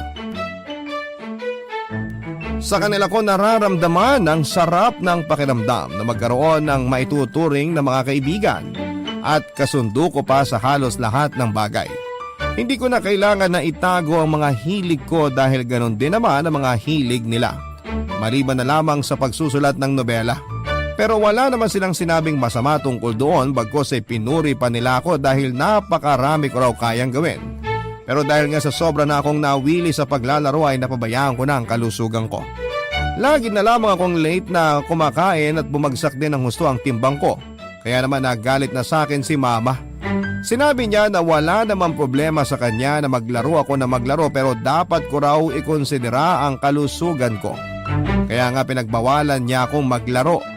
Siya pa mismo ang nag-delete ng laro sa cellphone ko at sinabing babasagin niya sa harapan ko ang cellphone ko kapag nakita pa niya akong naglaro ulit. Nalungkot ako ng gusto dahil maliban sa pagbabasa ng manga, panonood ng anime at pagsusulat ng nobela ay ang paglalaro na lamang ang nagpapasaya sa akin. Yun na lang ang paraan ko para makapag-bonding sa mga kaibigan ko. Pero ipinagkait pa sa akin. Kung kailan nakatagpo na ako ng mga kaibigan ay saka naman ako pagbabawalan. Sinasabi pa ni mama na puro naman daw lalaki ang mga kalaro ko at hindi ko pa raw kakilala. Papa Dudut, naiintindihan ko naman siya sa part na yon pero ang layo nila sa akin. Ano ba ang posible lang magawa sa akin kung sakali? Pero sa 3 years na pagkakakilala ko sa kanila ay never akong nakaramdam ng hindi maganda sa kanila. Nire-respeto nila ako bilang nag-iisang babae sa aming magkakaibigan. Hindi rin nila tinotolerate kapag may nambabasto sa akin kapag naglalaro kami dahil inaaway pa nila ang mga yon. Isa pa ay may girlfriend si Marco at loyal siya doon. Si EJ naman ay puro laro lang ang nasa isipan at walang balak magka-girlfriend. At si Bagito naman ay masyadong focus sa trabaho kaya hindi na rin niya naiisip na magkaroon ng girlfriend lalo pa at wala rin naman daw sumeseryoso sa kanya dahil nga sa palabiro siya. At dahil nga gusto ko munang magpa-good shot kay mama ay sinunod ko siya pero January ng taong ito ay nakiusap ako kay Marco na ipilot muna niya ang account ko habang hindi pa ako makapaglaro. Noong minsang tinawagan ko siya sa account niya.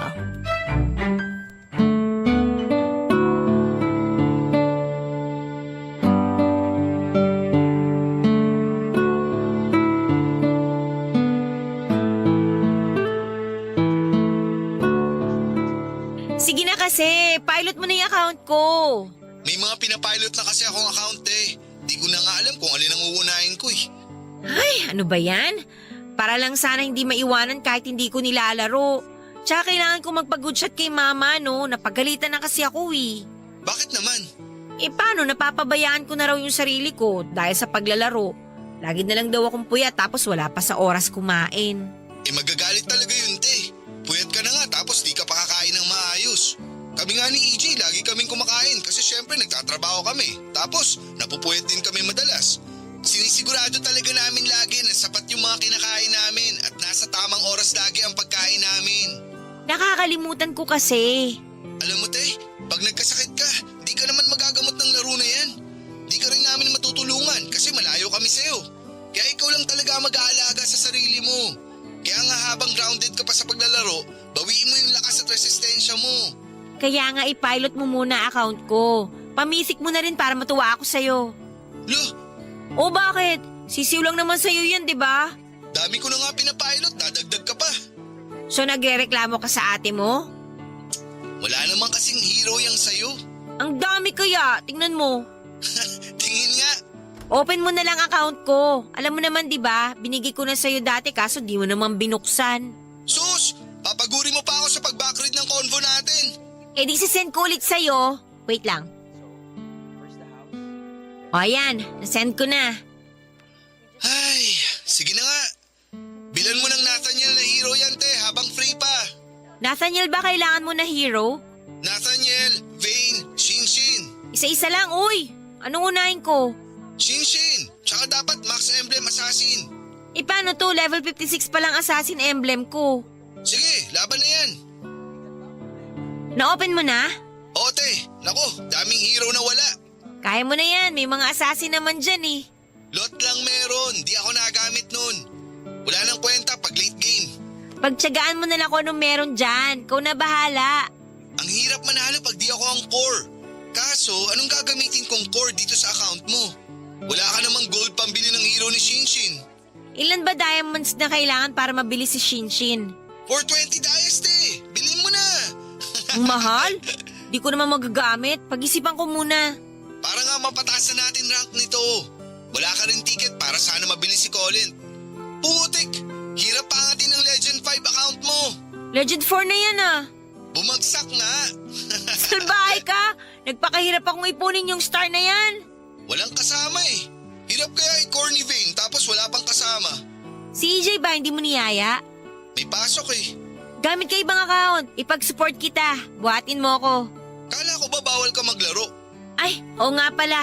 E paano yan? Try ko sa mga kasama ko sa work, te. Sige, para mag-mythic na rin ako. Mythic na yan, te, bago mag-March 12. Para mabilan mo ako. May event sa March 12 eh. Yung spin, Magkano naman? 500 dias, te. Sige, bigay ko kagad sa'yo, Dias, pag nakapag-mythic na ako. Yun! Basic! Magde-deactivate na rin muna ako ng social media account ko para makapag-focus ako sa business na sisimulan ko. Wow! Sana all may business. Susubukan ko pa lang naman kung papatok ba o hindi, pero sana mag-work. Kaya mo yan, ikaw pa ba? Basta balik ka na lang pag naayos mo na lahat ng dapat mong ayusin. Ako na bahala sa account mo. Send ko na lang sa DC picture ng screenshots ng mythic mo. Sige, salamat bunso. Papa Dudut, nag-focus ako sa side job ko bilang isang English tutor at sinimulan ko na rin ang aking recent na keychain business na sinubukan kong ibenta sa isang sikat na online shop platform. Sa unang linggo ay wala akong benta pero nagpatulong ako sa mga kamag-anak ko. Ipinakita ko sa kanila ang mga ginagawa kong keychain at napabilib sila dahil ang ganda raw ng mga yon. At tinanong pa nila ako kung paano ko raw yon nagawa.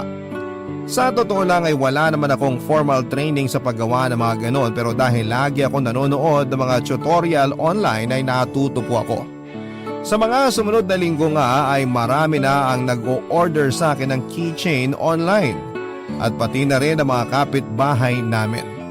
Tinutukan ko yon at nagpasya na rin po akong i-reactivate ang aking social media account para doon ay ma-promote ang aking business.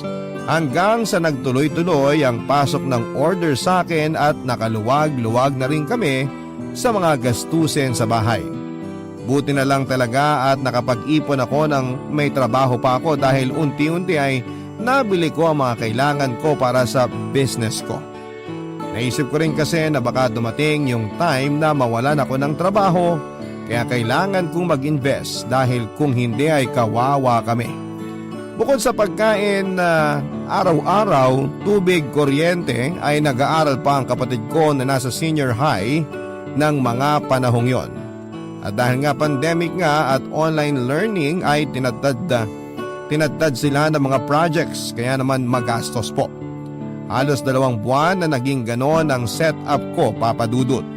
Napupuyat po ako dahil sa napakaraming order na dapat tapusin sa loob ng 2 araw dahil every 2 days ang pick up ng mga items sa akin.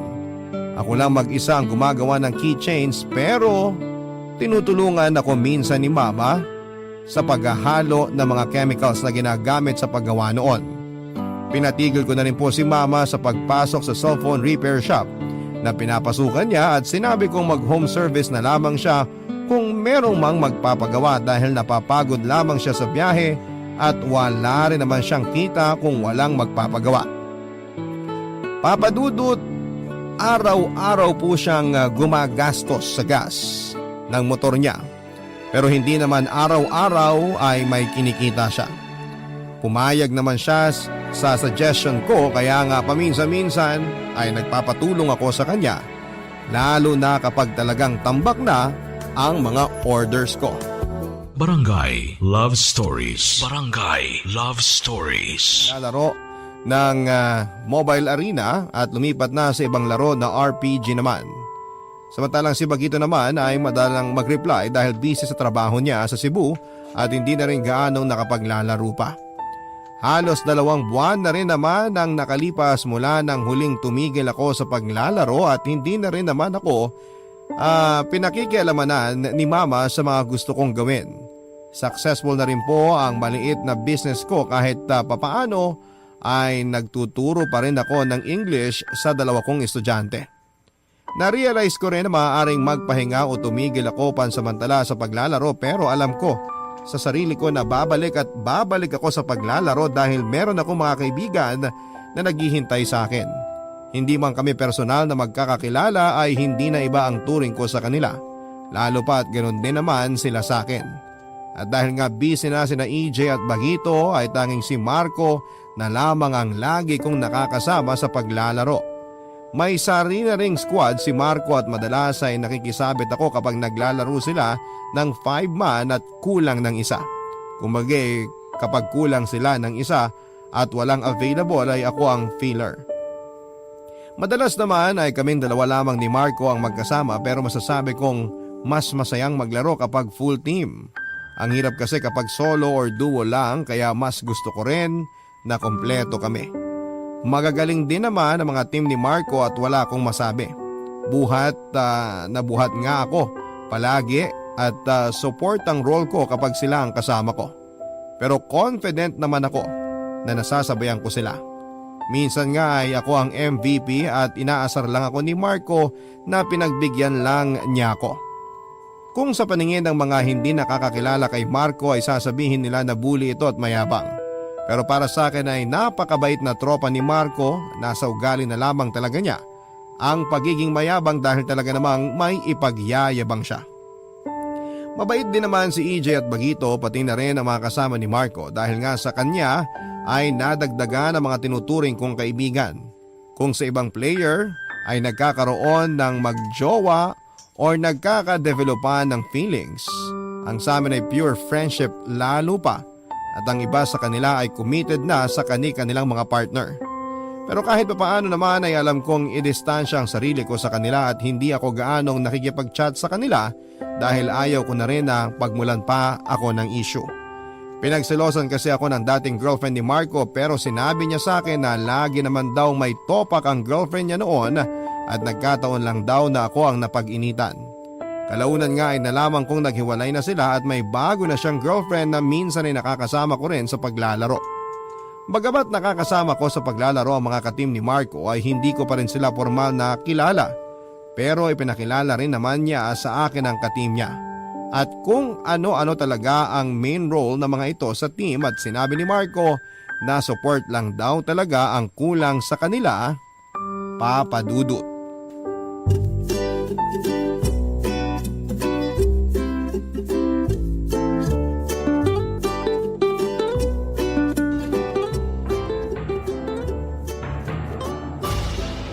Ayos ba, te?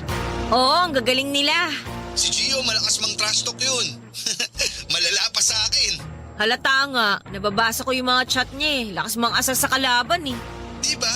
Tingnan mo nagagawa ng trash talk, na-distract sila. Yun din pala yung team ko sa tournament. Wow, good luck. Naman, ilalampaso lang namin yung mga kalaban namin. Nagyabang na naman siya. Te, di ako magyayabang kung kung di ko kayang panindigan yung sinasabi ko. Kilala mo ako. Ando na tayo, pero huwag ka pa rin masyadong kampante.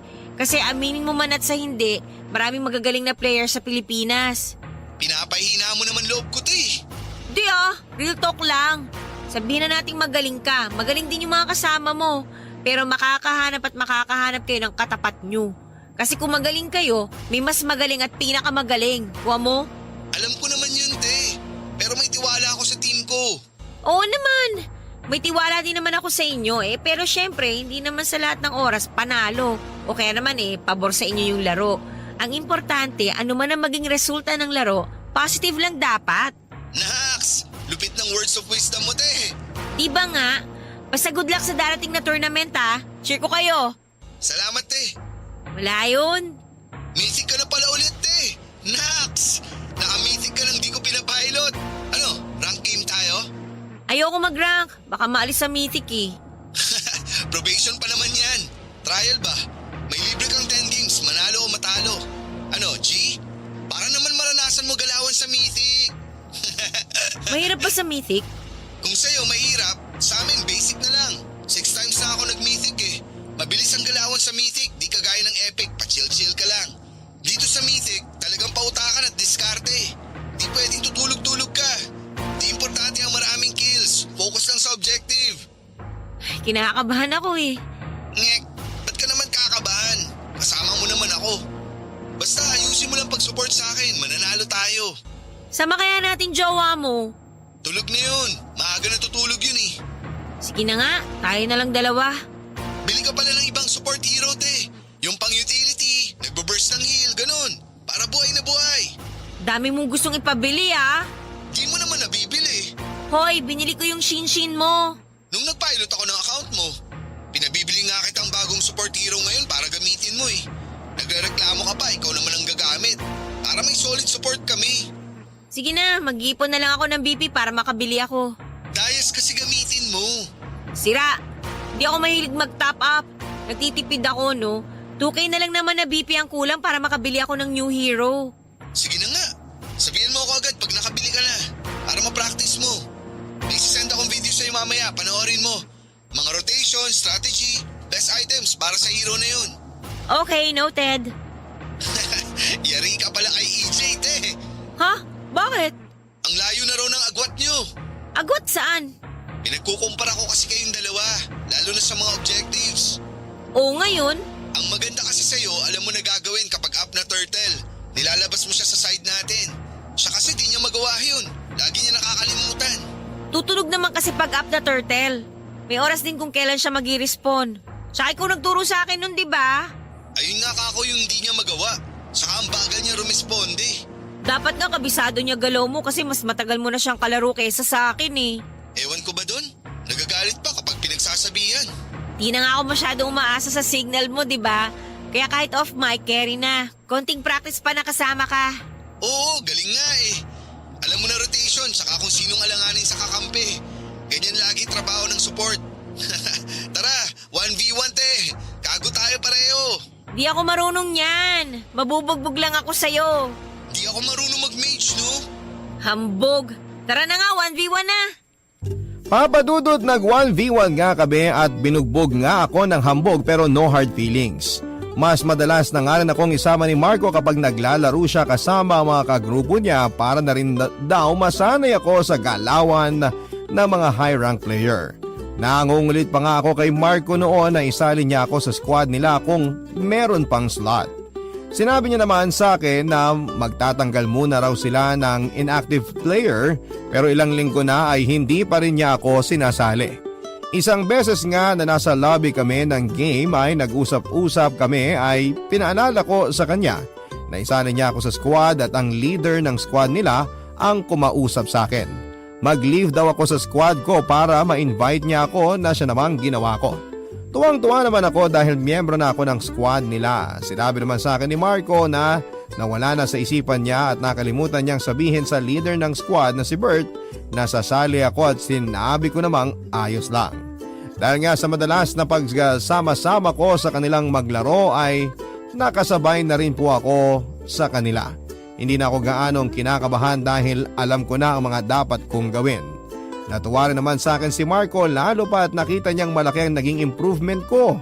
May mga time lang talaga na hindi ako nakakasama sa kanila dahil madalas akong abala sa online business ko at mga gawaing bahay.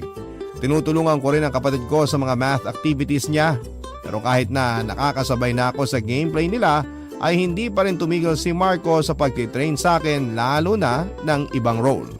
Gusto niya kasi na maging versatile ako para kung sakali man daw na makuha o maban ang main hero ko ay makakapag-adjust ako, Papa Dudut.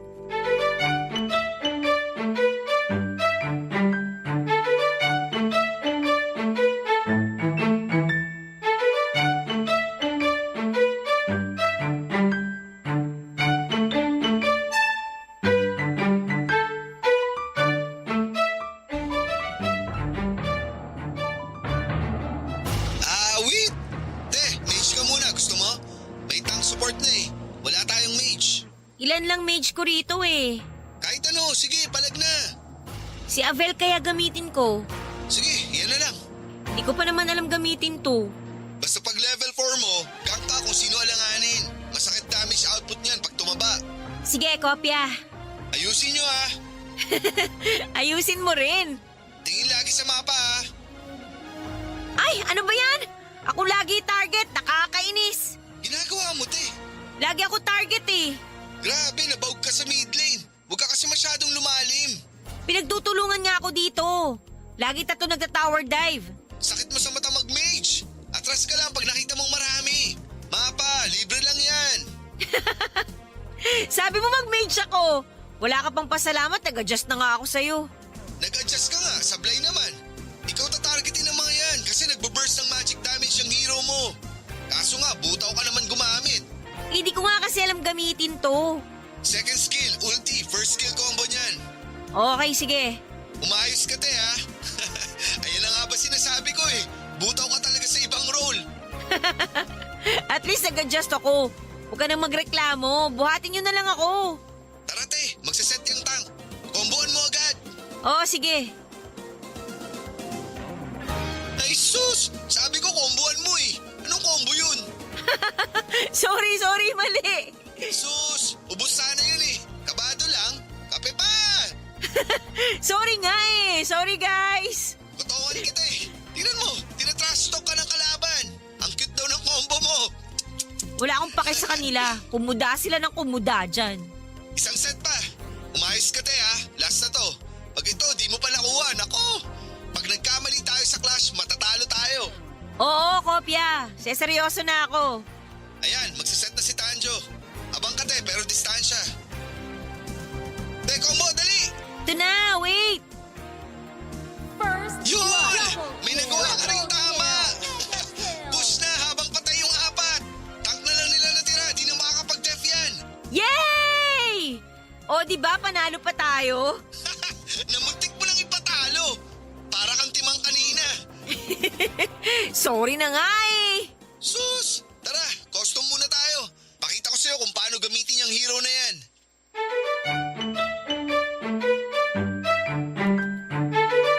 Papa Dudut, matapos nga naming mag-rank ni Marco at ng mga kasama niya ay nagpaalam muna siya sa mga ito na tuturuan ako. Nag-offline na rin ang mga ito dahil hindi sila naglalaro nang wala si Marco. Nag-custom nga kaming dalawa at tinuruan niya ako kung paano gamitin ang hero na ginagamit ko. Ipinakita niya sa akin kung paano ang tamang pwesto kapag ambush at clash. Mga combo ng skills para makapag-burst ng damage. Marami pa siyang itinuro sa akin at pagkatapos ay nag-classic mode kami para daw ma-practice ako. Natuwa naman si Marco sa akin dahil mabilis kong nakuha ang mga itinuro niya. Matapos namin maglaro ng classic ay nagpaalam na siya na matutulog na siya dahil kakauwi lamang niya galing sa trabaho noon.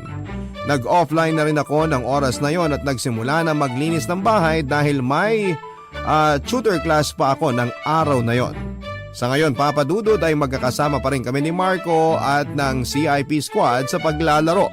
Samantalang si EJ naman ay busy na sa iba nitong laro pero minsan ay sumasama rin sa amin ni Marco.